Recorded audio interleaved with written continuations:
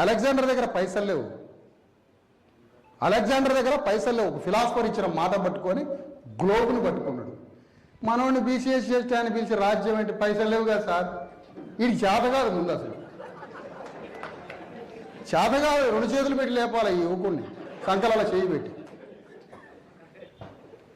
పైసలు లేవు కదా సార్ అంటాడు. ఇంకేదన్నా అది అంటే ఇంకేదో చెప్తాడు, ఇంకొక అంటే చీకటి పడింది కదా సార్ అంటాడు. అరే రెడ్డి గారి భూమిలో నువ్వు వాని పొలంలో నీళ్లు పెట్టడానికి అర్ధరాత్రి పాములు తేలు పుట్టింది అయిపోయాను గారు. అర్ధరాత్రి అని మోటార్ వేయడానికి, వాడి ఇంజన్ పెట్టడానికి, వాడి భూమిలో నీళ్లు కట్టడానికి, వాడి శవాలను తగలబెట్టడానికి డామ్న పుణ్యమైందాక శ్మశానాలు రెడ్డి గారు. మన రాజ్యం కోసం భయం అది నీకు? ఏ ఆలోచనల కింద బతుకుతున్నాం మనం?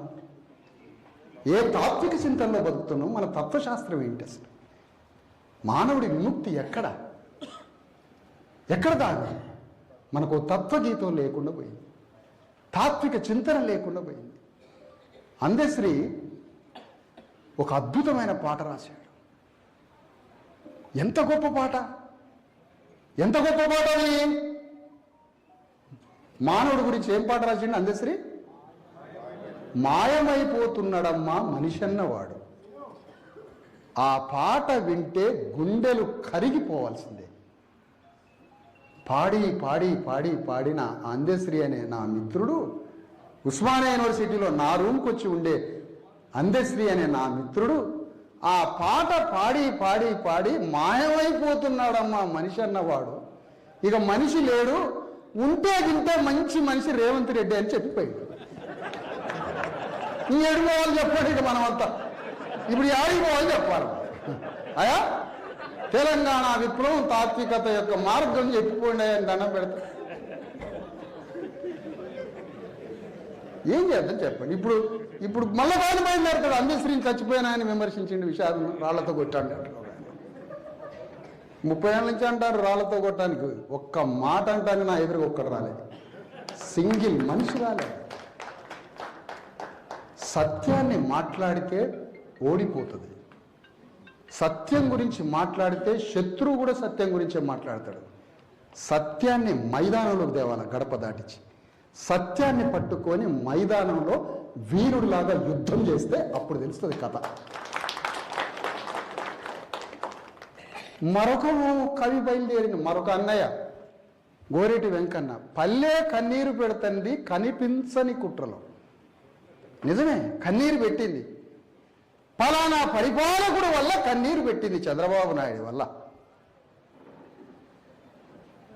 మరి తెలంగాణ గడ్డ మీద మనందరికీ కన్నీళ్లు తెప్పిన కేసీఆరే ఈ తెలంగాణకి పన్నీరు కురిపించిండని కేసీఆర్ దగ్గరికి పోయిండుగా.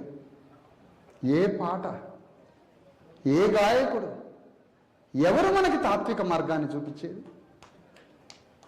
ఎవరు చూపించాలి? అయినా అందశ్రీ వ్యక్తిగతంగా మిత్రుడు, తాత్వికంగా క్లారిటీ లేకుండా పోయాడు. గోరెడ్డి వెంకన్న మిత్రుడే, ఇప్పుడున్నాడు. మన ఉద్యమం పెరిగి పెద్దదైతే గోరెడ్డి వెంకన్న మన ఉద్యమంలోకి వస్తాడు.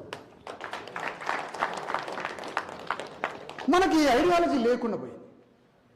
చిరంజీవి గారు మేము ఉద్యమ మీటింగులు పెట్టడానికి పోతే మాకు పాటలు పాడేది ఒక్కడు రావట్లే. ఎందుకంటే మా దగ్గర పైసలు లేవు. మేము పాటలు పాడే వాళ్ళనే పైసలు అడుగుతాం, మీరు 10 రూపాయలు వేసుకోండి. వారేమో 1,50,000 అడుగుతున్నారు, వారు 1,50,000 అడుగుతున్నారు. వారే గోసి పెడతారు, వారే గొంగళేస్తారు. కూలీ వర్గం యొక్క విముక్తిలాగా ఉంటారు వారు చూడటానికి. తెలంగాణలో పాటలు పాడే గుంపులు భారతదేశ చరిత్రలో ఎక్కడా ఏ రాష్ట్రంలో లేవు ఇన్ని బృందాలు. ఈ బృందాలన్నీ పేద వర్గం విముక్తి యొక్క రూపాన్ని వేసుకొని అగ్రవర్ణాలని సింహాసనం మీద కూర్చోబెడుతున్నారు గత శతాబ్దాలుగా, దశాబ్దాలుగా. ఇది ఎక్కడా లేదే. ఒక పేదల వర్గాన్ని విముక్తి చేసి వాళ్ళని రాజ్యం వైపు నడిపించడానికి నీ రూపం, నీ బట్టలు వేసి, నీ గానం, నీ పాట, నీ ట్యూను, శ్రామిక వర్గం యొక్క ట్యూన్స్లో పాటలు పాడి అగ్రవర్ణాల సింహాసనం మీద కూర్చోబెట్టవేంటి? ఈయన పెద్ద కొడుకై వస్తాడని ఒకడు రాస్తాడు. రేవంత్ రెడ్డి ఆడ మనకు పెద్ద కొడుకై వస్తాడు. ఈయన పెద్ద కొడుకై వస్తాడు, నీ గల్లాపట్టాను చిన్న కొడుకుని బయలుదేరాడు. నేను